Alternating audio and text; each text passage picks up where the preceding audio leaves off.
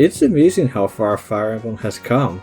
Once a niche franchise only really known for its guest appearance in Smash Bros, it's become quite popular in recent years. A lot of people are fans of the franchise, myself included, and since it's been around for so long, there are distinct eras where the games differ in design philosophy. It was curious to me then, when I would look up which game people thought was the best in the franchise, that it would be Fire Emblem 4, Genealogy of the Holy War. Released all the way back in 1996 on the Super Famicom, never getting a Western release even to this day, I wonder what made this entry so good that despite all the entries that came after and all the iterations of gameplay mechanics, it was still held in such high regard. And then, I played it. While I can't say I played every Fire Emblem game, I've played a few, and I think I can say with a certain degree of confidence that this is the best of the franchise. So with that bold statement, allow me to try and convince you to play it as we take a spoiler-free look at Fire Emblem Genealogy of the Holy War. As the game starts, you'll be greeted with a text crawl that scrolls by too fast to read, detailing information about the history of the Yojo continent. In times past, 12 heroes once defeated the Dark God Loptis and founded the various kingdoms of the land through which their holy blood is still passed down. In the middle of Yojo is the Kingdom of Granvale, led by the elderly King Asmer alongside Prince Kurth. Granvale's ally, Dana, is attacked by the Eastern Kingdom of Isaac. Thus Prince Kurth, alongside Duke Byron of Shalfie, set out to defend them. With a large portion of Granvale's military and influential figures caught up in the Isaacian conflict, it leaves room for other ambitious noblemen to scheme for their own purposes. This puts you into the role of Duke Byron's son Sigurd, who comes into conflict with the Western Kingdom of Verdane after they invade and attack his friends. This will cause Sigurd to rally his allies to rescue them, invade Verdane, and cause a chain reaction of protecting his allies and doing his best to bring peace, which will have farther-reaching consequences than he could ever imagine. All the while the Dark Cult of Lopter works behind the scenes to manipulate the powers in play towards their own goals. While following the broad strokes of basically every other Fire Emblem game, Genealogy of the Holy War is grander and darker than you may expect. From basically the second stage onwards, Sigurd will constantly have to face the consequences of his actions, and find himself struggling against those who would seize power instead of moving for peace. I think this also helps make Sigurd a stronger character, as while chivalrous and kind like you might expect from a generic protagonist, he and a lot of the other characters here are very tragic, making the story pretty compelling at times. While Fire Emblem generally isn't known for its complex stories, I think this is one of the better ones I've seen. The narrative is also helped along in interesting ways by the gameplay and its various systems, but we'll get to that in due time. Fire Emblem Genealogy of the Holy War is a strategy RPG where you're dropped into a giant map and given various units to control and conquer enemy castles with, each of which is a unique character. If you played basically any other Fire Emblem game, this will be familiar, although I'll try my best to explain this for anyone new to the franchise, and besides that, it's the parts that are different from the series norms that I think make this entry so fun. Graphically, Genealogy looks good for a SNES game. Most of the time you'll be looking at the sprawling level maps, and to give credit where it's due, they don't just look like they were made with a tile editor. Little touches were made to give the maps a more natural feel, like the roads not being straight. What I love about the levels though, is that they actually map to the Yojo continent. You can connect shared locations, and map almost the entire landmass through playable stages. The character designs and portraits are really nice, although some of the minor characters just get reused designs. The on-map sprites can be a little basic, but they get the job done, and you can even visually tell what weapon each unit and squad of enemy cavalry uses. Then you have the battle screens, which show nice looking backgrounds and sprites of your characters. A small thing here is that while battling, characters will move back and forth across the screen, instead of them moving back to standing positions between each swing. Overall, I would say Genealogy is solidly competent in terms of its looks. Most of the time you'll be looking at the more basic map screen, but it can look good when it wants to, like during combat, and it's got a lot of little touches that I personally really appreciate. The music here is also good, although the size of the stages mean you might be listening to the same track for a while. The sound effects for all the menus and attack animations are also quite nice. For me personally, longer strategy games like this are perfect for putting them on mute and listening to something else, but I would sometimes find myself enjoying playing this game with the sound on. So for those of you new to the franchise, basic Fire Emblem gameplay goes like this. You get a bunch of unique units, each proficient at different roles and some better than others. You have 3 physical weapon types, and swords, axes, and spears, forming a rock, paper, scissors triangle of effectiveness against each other. This was actually the game to introduce that system to the rest of the franchise. You also have magic users, who are frail but can decimate units with a lot of physical defense, archers, who deal physical damage from a distance, and clerics, who can heal and support your units with various staffs. As mentioned, each unit is an individual, with unique starting stats, growth rates that determine the chances of their stats increasing upon leveling up, and inherent skills. They also, of course, have their own backstories and personalities, which you'll see more of as you play. You move your army towards an objective, defeating your foes to get experience and get stronger, all the while being careful not to die, as you permanently lose units due to Fire Emblem's infamous permadeath system. To more properly introduce you to how Genealogy works, let's start with our main man, Sigurd. Sigurd is a beast of a main character, with good stats and growth rates. He also comes with the Pursuit skill, which allows him to attack twice if his speed is higher than his opponent's. In many other Fire Emblem games, this is an inherent thing anyone can do in combat, but in Genealogy, it's a specific skill, although many have it or similar abilities. Critting an enemy for triple damage has also been turned into a skill. Sigurd also comes with Authority Stars, which grant plus 10 to hit or avoid past the first star for himself or any ally within 3 tiles. Why it had to be each star past the first instead of just for every star, I don't know. Maybe it was just easier to program it that way, but it does make him feel more like a leader commanding his army and inspiring his troops. Enemy commanders also have Authority Stars, so it's a good thing to keep in mind. What might be most important though, is that Sigurd is on a horse. So, Genealogy of the Holy War is famous within the Fire Emblem franchise for having the largest stages by far. According to people who have done the math, they're on average 5 to 8 times larger. The time to complete these levels scales accordingly, and this is why it has fewer stages by level count. But what's interesting about them is that there are multiple stages in one, both in terms of size and progression. What I mean by that is, while Chapter 1 of the game takes the time of 3 standard chapters in other games, it can also be divided into 3 distinct parts, almost as if 3 chapters were merged into one for a sense of cohesion. You have 3 castles to capture, each one essentially being its own stage. Whenever you seize a castle, it's also likely some event will happen, advancing the narrative of that chapter. Having stages this large brings about a few design changes, one of the most apparent being the convenience of cavalry units. Units on horseback can generally move around twice as far as foot-locked units, allowing them to traverse a large maps much faster. This is compounded by the fact that horseback units are also able to move in, attack, and then use their remaining movement to move out of the way for someone else. This came to be known as Kanto within the series, and it's really powerful here. Choke points mean nothing to a squad on horseback. This makes cavalry units significantly more practical in a lot of aspects, although there certainly are foot-locked units worth using. The game is self-aware of the benefits of horses though, as there's a character that basically exists to be a joke that he only has 4 movement. Another substantial mechanic, and difference from the rest of the series, is castle bases. Instead of your units just appearing on the map, you have a home base you need to defend as the chapter goes on. This base gives you access to a variety of services, but first, some context. In other games, money is shared army-wide, and units are freely able to trade items between each other.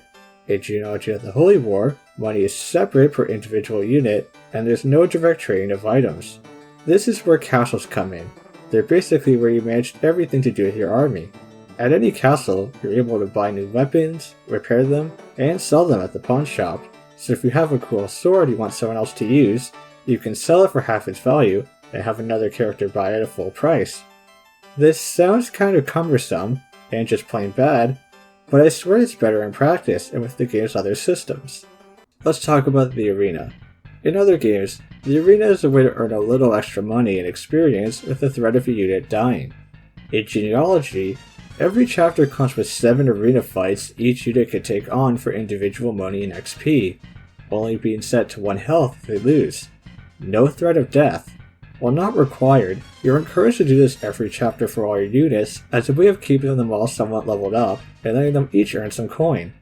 It does take a bit of time at the start of each chapter, but I personally like it as a way to help make sure units can play catch up in a safe environment. This is how you'll earn a lot of your total money in the game. Your other main method will be rescuing towns. Each stage will have some towns being ransacked by bandits that you can rescue, usually giving whoever does so a decent amount of cash, an item to sell if they can't use it themselves, and even sometimes a stat boost. The other ways of managing money are thieves and relationships. While other games in the franchise use thieves to open chests and doors, here they have the ability to steal money from enemies and freely give it to other units. This can especially help units that don't do well in the arena, like clerics. Then you have relationships. When units spend turns next to each other or have special dialogues, they'll earn affection points. Once they reach a certain threshold, they'll become lovers, gaining a bonus for combat when near, and allowing them to share money between themselves. You'll probably have this happen pretty naturally, as certain characters will get special dialogues with each other that grant a large amount of affection. Speaking of which, dialogue events are really cool in this game. Where other Fire Emblem games use them as a way to give more backstory about a character and give a small support bonus, like the Lover's bonus, when two characters talk in Genealogy, there's a good chance they'll get a tangible stat boost or be gifted a new weapon. It's always worth looking at who's available to talk to who, as you may get something quite powerful. There's also hidden events and certain maps for certain characters to find that can also give you something really strong. But back on track, what's all this money actually for? Let's talk about repairing weapons, and the attitude towards weapons in general. Where in other games in the series, weapons come with a set amount of uses, and that's it unless you have a rare way to repair them, in Genealogy, you can always repair them at castles.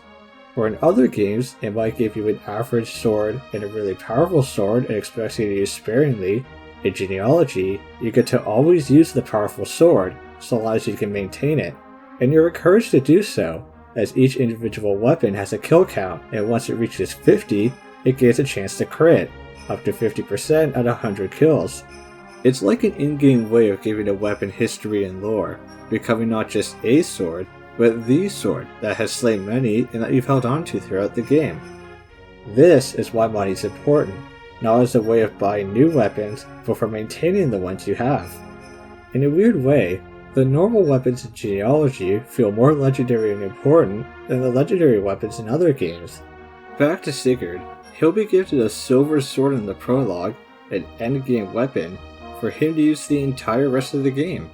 Through only having access to the one silver sword, but being given free reign to use it without worrying about its durability, it lets you have fun with it without it feeling too powerful. And then, by the time it starts getting a crit bonus from defeating enough enemies, you feel kind of attached to it. That goes for basically all the powerful weapons you can get.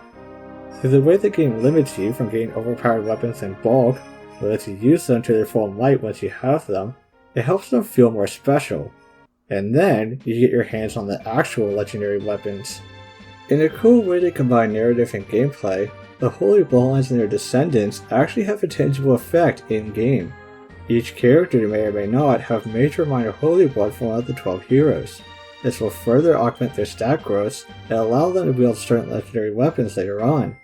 But while the existence of a legendary weapon is a tradition in every Fire Emblem game, I have to say that when you finally get your hands on them, these weapons feel legendary. They're basically win buttons that can only be matched by another legendary weapon. I just think it's cool that the narrative power of the Holy Bloodlines is reflected in the gameplay. Going through the short list of other things this game does that differs from the rest of the series, or just cool, unit promotions. In traditional Fire Emblem games, once the unit has hit level 10, up to the max level of 20, they can be promoted to a higher level class through an item, resetting their level to 1, and gaining a stat boost and maybe access to some other kinds of weapons or a bonus of some kind. In Genealogy, the level cap is 30, and units can just be promoted at your home base once they hit level 20. Their level isn't reset to 1 either. Whereas in other games you have to choose between promoting early or late for more potential stat gains, or think about what units to use the limited promotion items on, I kinda prefer this system. I found the reliance on promotion items in some other games limiting, and this allows me to just promote without overthinking it. You can deploy every unit in your army, instead of having a roster of 30 and being limited to 10. Makes sense given how much room you have. It makes each character feel a bit more important than they would otherwise if they were just benched. Sure, you can still not use certain guys, but you have the option of allowing everyone to contribute. Something I think is cool but understandable why no other game in the franchise does it, enemy formations are more of a thing here. Frequently when you capture a castle, an organized squad of enemy knights will come to attack you, instead of you always being on the offensive. Later on in the game, there are even enemies that specifically move in a triangle formation. This is kinda only doable due to the map size though, the effect won't really work in the smaller games. It just makes it feel more like you're engaging an organized enemy unit. One last thing, while not really relevant, I found out while researching that Genealogy of the Holy War has a manga adaptation. Full length too, there's 16 volumes of it. So enough talking about the small differences in what I like, are there any major faults to the game? Some of the mechanics might not be clearly explained in-game, as this was back when instruction manuals were a thing. Another issue is that this was before the game would calculate your final damage result for you in the battle forecast, so you need to manually add and subtract the initial damage from the defense stat. It's a little annoying, but not exactly hard. Honestly, the only real problem I have is also with strength. This is a mammoth of a game at times. I don't necessarily recommend putting each of these chapters in one go, but rather taking each castle as its own segment. At the same time though, the size and grandness of it all makes it so satisfying. Instead of these tiny stages, it feels like you're waging a real war with various countries and powers involved. And to help mitigate the problems with the game's length, Genealogy of the Holy War comes with built-in save states. You can set the game to autosave in the options at the start of every turn, and you can manually save before you make a move with 4 save slots.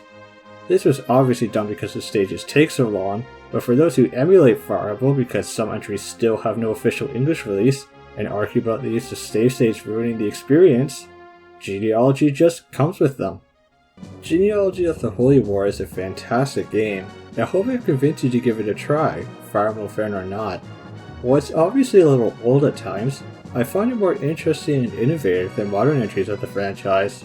I don't think any other game in the series sells the scale and epicness of war quite like this one. I would say the story is quite good, probably one of the best in the series. I love how powerful I got to feel at times instead of constantly being obsessed with conserving my resources, only to never use my good weapons. And while some may say it's abusable, I like how the arena allows you to keep units a bit more valuable instead of falling behind. While similar to other Fire Emblem games, there really is nothing like this entry, and it's highly regarded for good reason. So if you're a Fire Emblem fan wanting to experience the possible peak of the franchise, or just a fan of epic strategy games looking for a classic, go play Fire Emblem 4 Genealogy of the Holy War.